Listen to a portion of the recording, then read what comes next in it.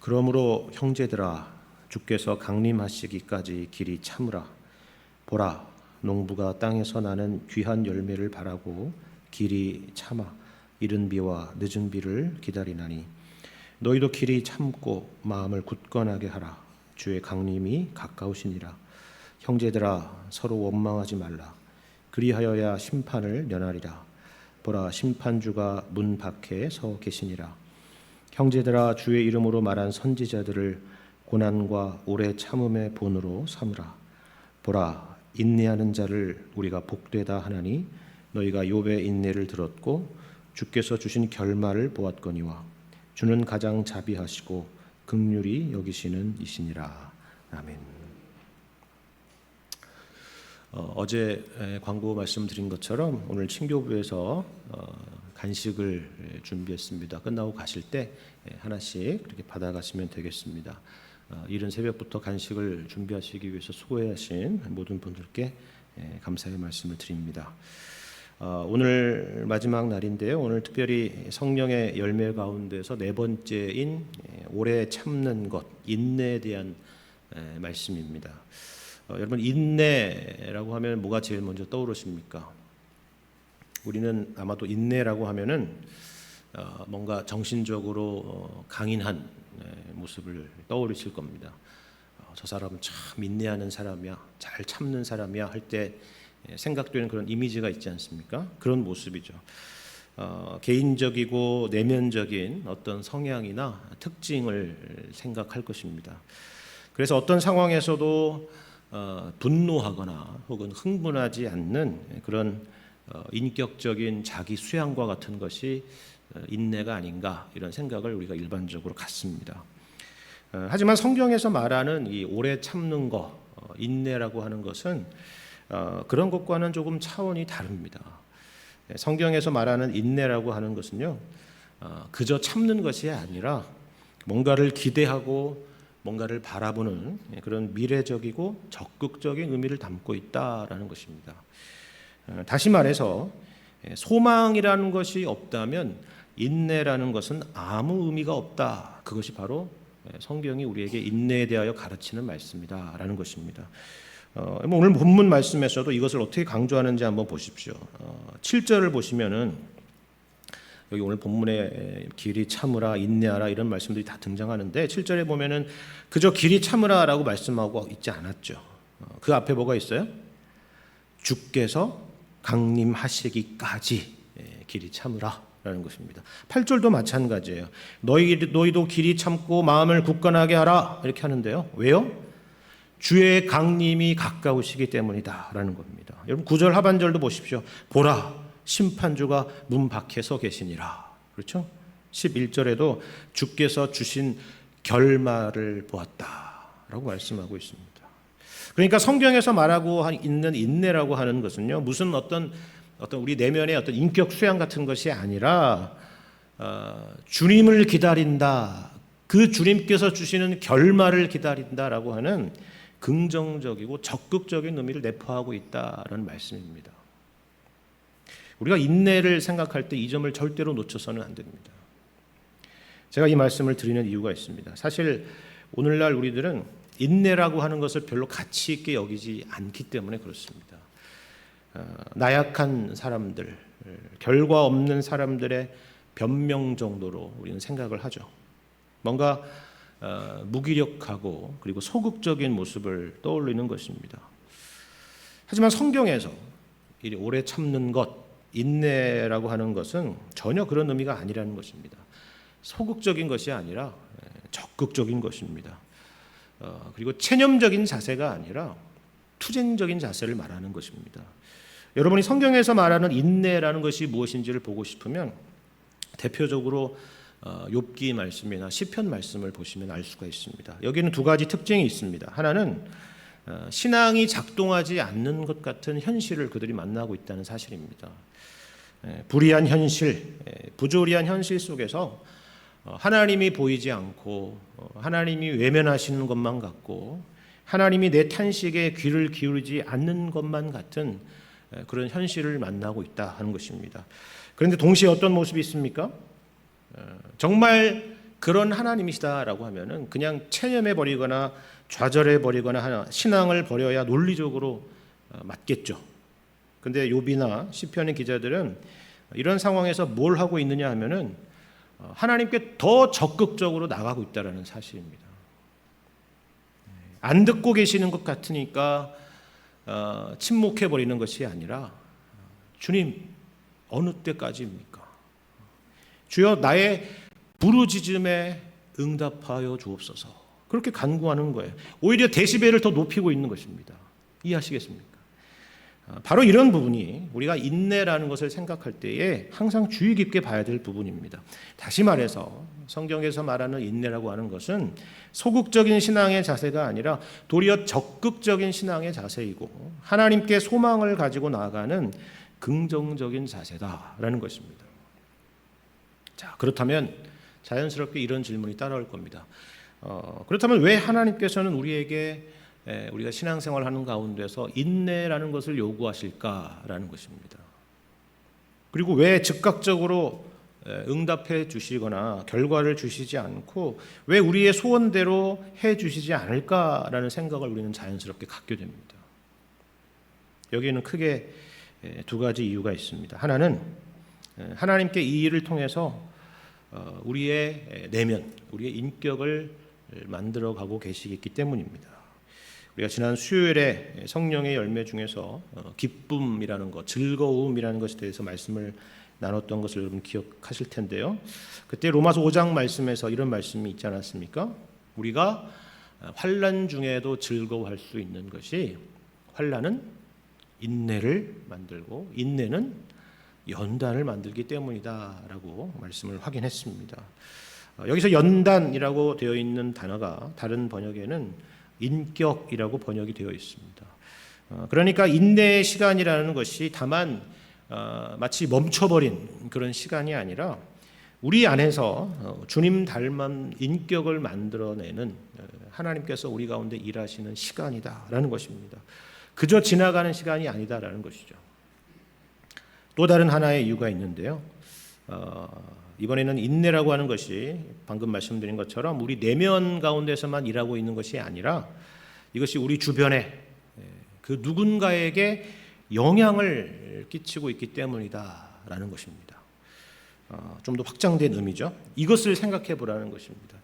저는 이런 의미에서 9절의 말씀이 등장하는 여러 이유 중에 하나라고 생각을 합니다. 여러분 9절 말씀을 보시면은 사실 오늘 본문의 흐름과는 조금 동떨어진 느낌을 갖지 않습니까? 이 9절 말씀이 갑자기 왜 등장했지? 이런 생각이 들잖아요.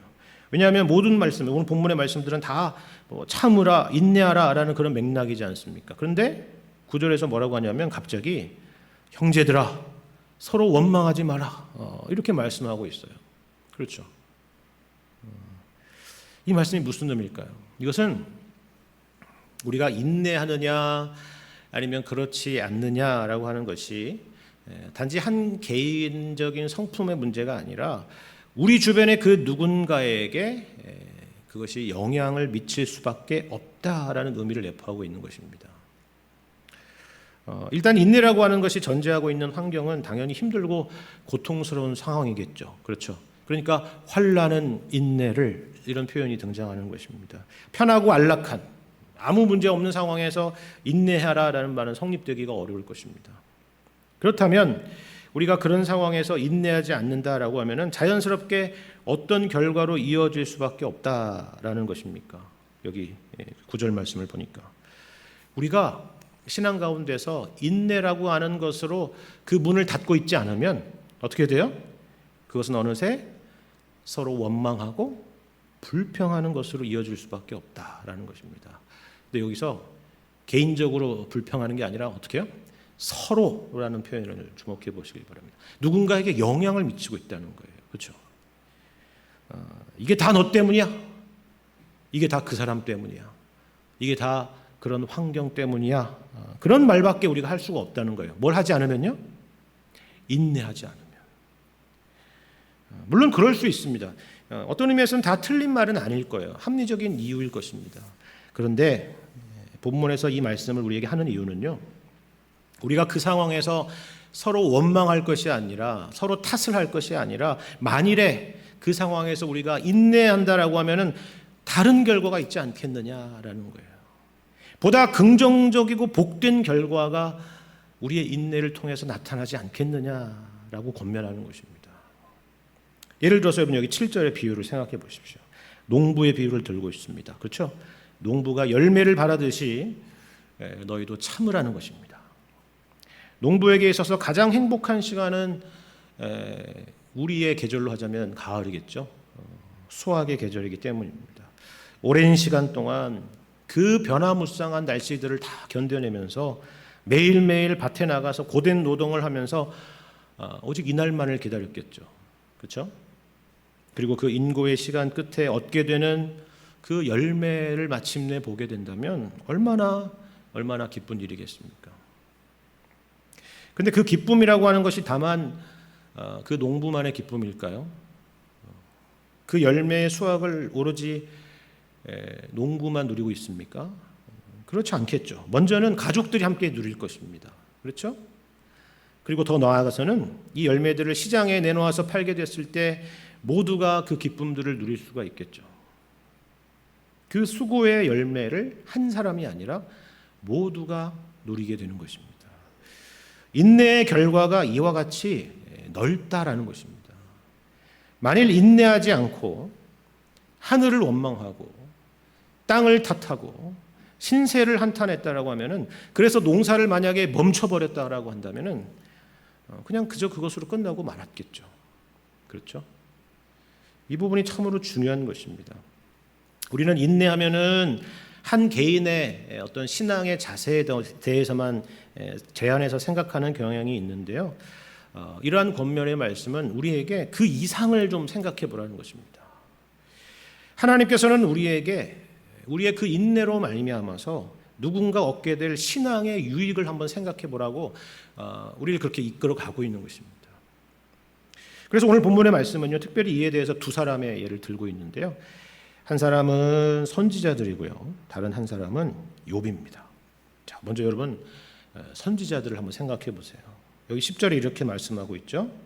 형제들아, 주의 이름으로 말한 선지자들을 고난과 오래 참음의 본으로 삼으라, 이렇게 말씀합니다. 여러분, 선지자가 어떤 사람입니까? 선지자라는 것은 일단 자기를 위해서 존재하는 사람이 아닙니다. 자기 꿈을 이루는 사람도 아니고요. 그렇죠? 하나님의 부름을 받아서 이스라엘 백성들에게 하나님의 메시지를 전해서 그들로 하여금 복된 길로 돌이키게 하려고 하는 것이 선지자들이에요. 근데 여러분, 구약에 등장하는 여러 선지자들을 한번 생각해 보십시오.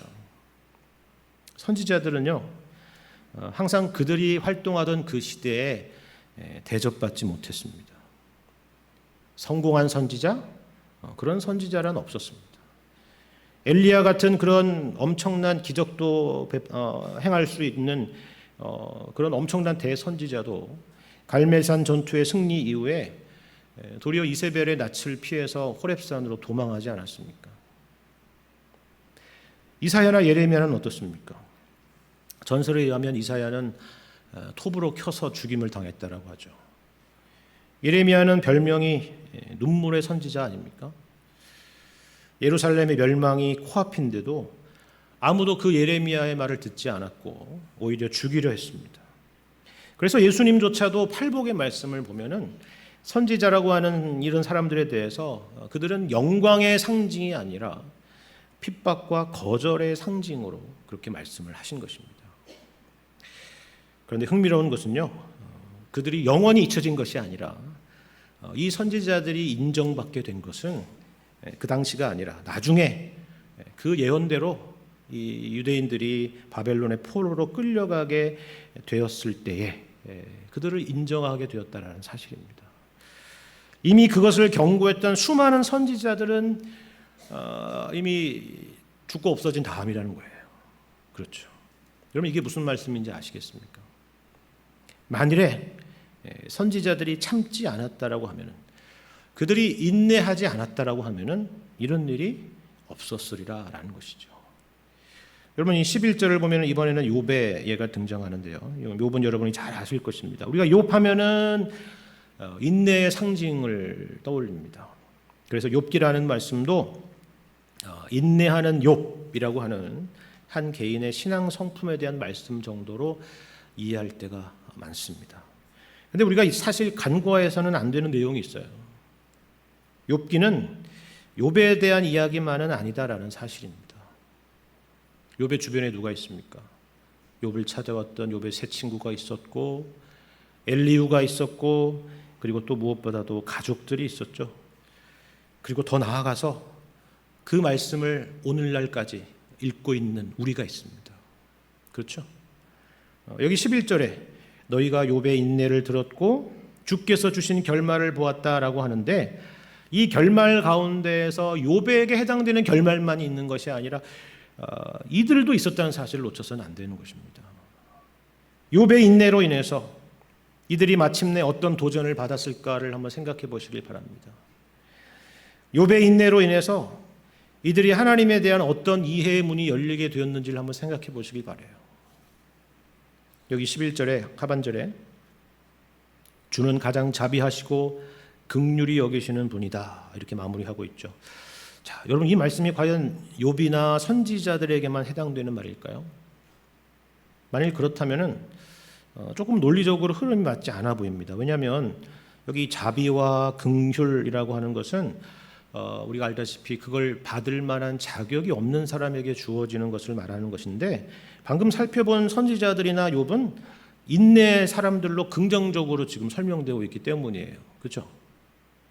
물론 그들이 그렇게 인내할 수 있었던 것은 모두 하나님의 긍휼과 자비하심 때문이다라는 의미일 수 있습니다. 하지만 저는 여기에 더 넓은 의미가 있다고 생각을 합니다. 말씀드린 것처럼 이들의 인내를 통해서 많은 사람들이 하나님의 자비하심과 긍휼을 경험할 수 있었기 때문입니다. 그리고 사실 이 말씀은 결국 궁극적으로 우리의 시선을 예수 그리스도에게로 향하게 하는 것입니다. 예수님의 모습이야말로 우리에게 인내가 무엇인지를 가장 분명하게 보여주고 있기 때문입니다. 우리가 통상 믿음장이라고 부르는 히브리서 11장 말씀이 있지 않습니까?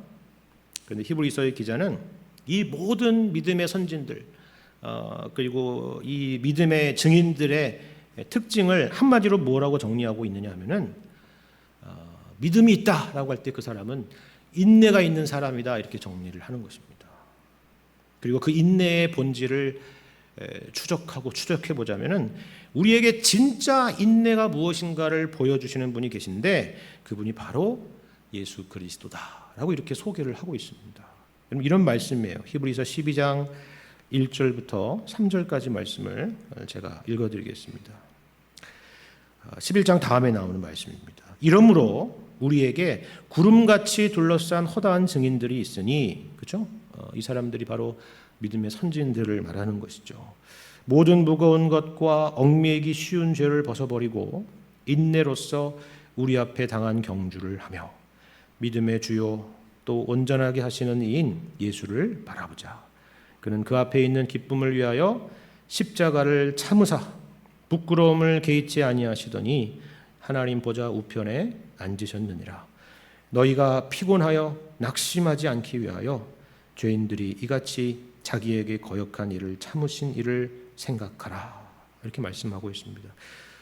예수님의 참으심과 인내가 없으면 우리가 없었다라는 그런 말씀입니다.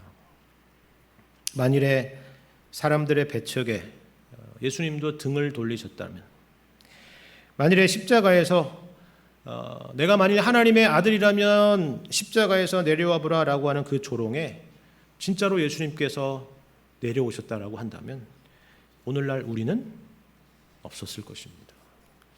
이것이 바로 인내가 만들어내는 결과다라는 사실이죠. 여러분의 인내가 지금 그 열매를, 그 결과를 만들어내고 있다라는 것입니다. 그것을 볼 줄 알아야 된다라는 것입니다. 자, 그렇다면 마지막으로 인내라고 하는 것은 구체적으로 어떤 모습일까요? 여기 등장하는 인내라고 하는 헬라어 단어가 휘포메노라는 단어인데요. 여기 휘포라고 하는 이 접두어에서 우리가 보통 영어에서 하이퍼라는 그 단어가 나왔습니다. 하이퍼가 뭐냐면 쉽게 말해서 뭔가 오버한다 이런 것입니다. 우리말로 흥분한다, 오버한다, 지나치다, 과도하다 이런 뜻을 갖고 있습니다. 그리고 여기 메노라고 하는 것은 뭐냐면요, 머문다라는 뜻입니다. 그러니까 휘포메노라고 하는 것은 지나치게 머문다, 과도하게 그 자리를 지킨다라는 그런 의미를 갖고 있는 거예요. 이것이 바로 인내라는 것의 어원적인 의미다라는 것이죠. 인내라고 하는 것은 이처럼 하나님께서 우리에게 맡겨주신 그 자리를 과도하게, 지나치게 지키는 것입니다.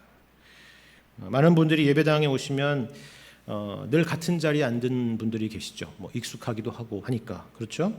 예를 들면 매번 12번째 줄 끝자리에 앉는 분이 계십니다. 이것이 바로 인내이고 휘포메노, 곧 지나치게 그 자리를 지키는 것입니다. 어떤 의미인지 여러분 짐작하시겠죠? 예배당의 자리를 지키듯이 파수꾼이 그 자리를 지키듯이 군인들이 그 초소를 지키듯이 어떤 상황과 어떤 환경에서도 흔들리지 않고 믿음의 자리를 지키는 것입니다. 당장의 결과가 보이지 않아도 선지자들과 같이, 욥과 같이, 아니 예수님과 같이 그렇게 그 자리에 과도하게 머무는 것입니다. 선하신 하나님께 모든 결과를 맡기고 주님이 세워주신 자리를 묵묵히 변함없이 지켜내는 것, 그것이 바로 인내다라는 것입니다. 그 누군가의 인내로 지금 이 시간 우리가 있지 않습니까? 그리고 이제 우리를 그 인내의 자리로 초대하고 계시는 것입니다. 인내는 이처럼 아무 일도 하지 않는 것이 아니라 그 어떤 모습보다도 주님의 일하심을 증거하는 강력한 증거입니다. 우리가 이처럼 믿음 가운데 인내할 때 사람들은 마침내 우리의 모습을 통해서 예수님을 보게 될 것입니다. 이 귀한 부르심 가운데 순종하시고 인내의 열매를 맺으시고 더 풍성히 맺으셔서 하나님께 영광이 되며 기쁨이 되시는 여러분과 저의 삶이 되기를 주님의 이름으로 간절히 축원합니다.